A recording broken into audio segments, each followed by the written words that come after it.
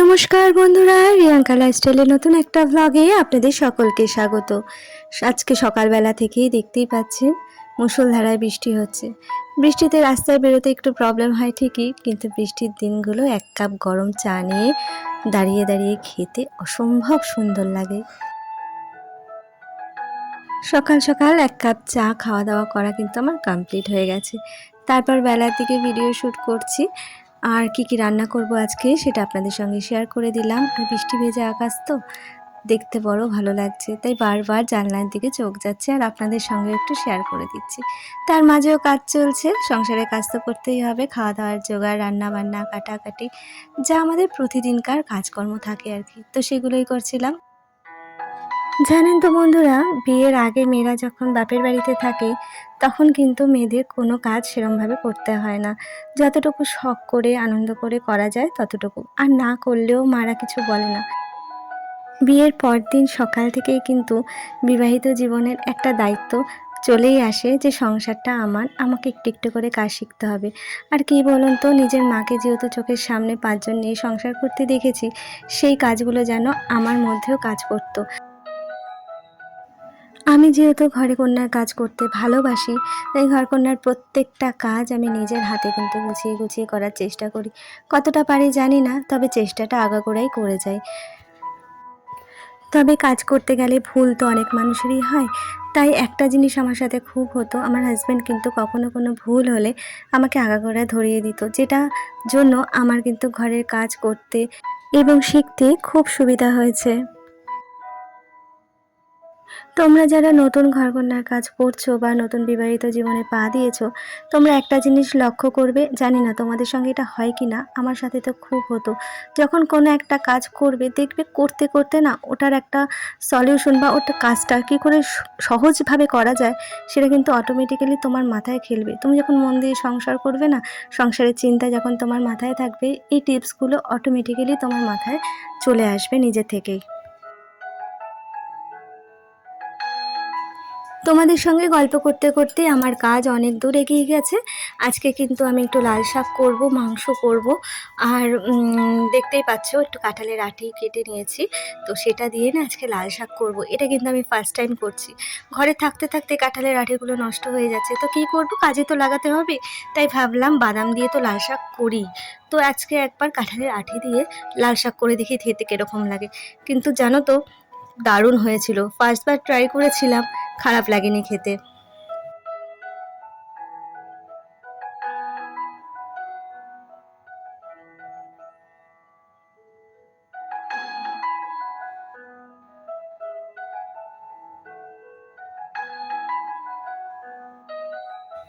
আমি কিন্তু জীবনের অনেক বাধা বিপত্তি কাটিয়ে একটু একটু করে জীবনটাকে এগিয়ে নিয়ে যাচ্ছি।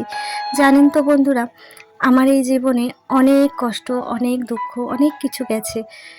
তার মধ্যে দিয়ে আমি হাসি খুশি থাকার চেষ্টা করেছি, আজও করে চলেছি। জীবন মানে লড়াই, জীবন মানেই বেঁচে থাকার আশা। আমাদের প্রত্যেকের জীবনে একটা করে লড়াই আছে, একটা গল্প আছে। প্রত্যেকটা মেয়ের জীবনে বলুন, ছেলের জীবনে বলুন, প্রত্যেকটা মানুষের জীবনে কিন্তু একটা করে গল্প থাকে। আর বিশেষ করে মেয়েদের কথা বলবো, মেয়েরা পারে না এমন কোনো কাজ নেই, জানেন তো। মেয়েরা চেষ্টা করলে সব পারে।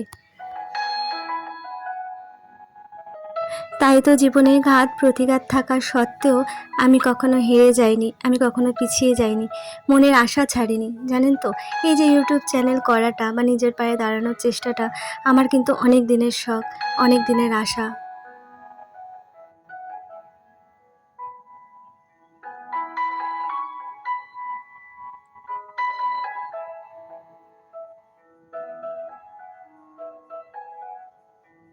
আপনাদের সঙ্গে গল্প করতে করতে আমার রান্না এগিয়ে চলেছে। আর এদিকে দেখেছেন তো, মাংসের জন্য মশলাটা আমি কষিয়ে নিচ্ছি, ভালো করে কষিয়ে তারপর মাংসগুলো দেব। আর একটা কথা কি জানেন তো, আজকালকার দিনে মাংসগুলো না কেমন যেন একসাথে দিয়ে কড়াইতে দিয়ে কষালে পরে না মাংসগুলো সব ভেঙে যায়। জানি না এমনটা কেন হয়। তার জন্যই আমি না আগে মশলাটাকে কষিয়ে নিই, তারপর মাংসটা তার মধ্যে দিই, তাতে মাংসগুলো ভালো থাকে এবং প্রপার পুরো পিসে মাংসগুলো পাওয়া যায়। এখনো পর্যন্ত যারা যারা আমার চ্যানেলটাকে সাবস্ক্রাইব করেছেন অসংখ্য ধন্যবাদ। নতুন বন্ধু যারা আছেন, যারা আমার চ্যানেলটাকে প্রথম দেখছেন ভিডিওটা, প্লিজ রিকোয়েস্ট রইল আমার চ্যানেলটাকে সাবস্ক্রাইব করে পাশে থাকবেন, সঙ্গে থাকবেন। স্বাগতা বড়ুয়া আইডি থেকে দিদিভাই লিখেছো, তোমার ভিডিওগুলো খুব ভালো লাগে বোন, আর ভিডিওতে আমি যা যা দেখিয়েছি তুমি সেগুলো লিখেছো দিদিভাই, অসংখ্য ধন্যবাদ দিদিভাই, এভাবে আমার পাশে থেকো। মেঘনাবন্তী ব্লগ আইডি থেকে দিদিভাই লিখেছো, ফার্স্ট কমেন্ট করলাম, লাইক দিয়ে ভিডিও দেখলাম, অসংখ্য ধন্যবাদ তোমাকে, এইভাবেই আমার পাশে থেকো। তনুশ্রী কুণ্ডু আইডি থেকে দিদিভাই লিখেছো, পটলের রেসিপিটা দারুণ লাগলো। হ্যাঁ দিদিভাই, তেল পটল এইভাবে করলে কিন্তু অসম্ভব সুন্দর লাগে খেতে, তুমি বাড়িতে করে দেখতে পারো, আশা করি ভালো লাগবে।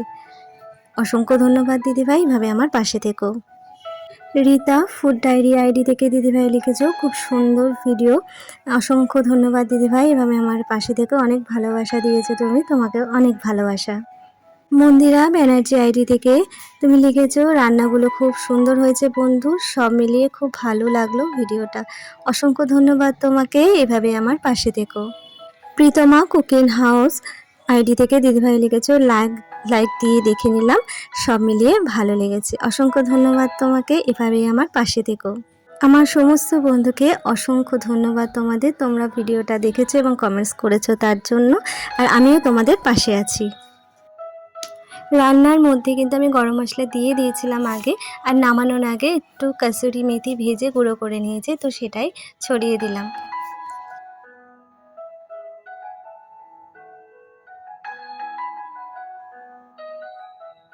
হাই ফ্রেন্ডস, মানে এখন এই মুহূর্তে এই ভিডিওটুকু করার আমার সেরকম কোনো ইচ্ছে ছিল না, কারণ আমার শরীরের কন্ডিশন মানে খুব একটা ভালো না, ভীষণই শরীর খারাপ। তো আজকে আমাদের অ্যানিভার্সারি ছিল, আমি সেরকমভাবে কিছু করতে পারিনি সারাদিনই। তো হয়তো ওই ভিডিওর সাথে আমি এই ক্লিপটা অ্যাড করে দেবো আগের ভিডিওর সাথে। তো হঠাৎ করে আমার ছেলে হাজব্যান্ড কেক নিয়ে এসছে, এরকম করে আমার হাজব্যান্ডের আগেও করেছে অনেকবার, তাহলে আমি বারণই করেছিলাম কারণ শরীরের কন্ডিশন ভালো না, তো তাই হঠাৎ করে দেখি রাতে কেক নিয়ে এসছে, বিরিয়ানি নিয়ে এসছে, তো সেটাই চলো তোমাদের সাথে শেয়ার করলাম।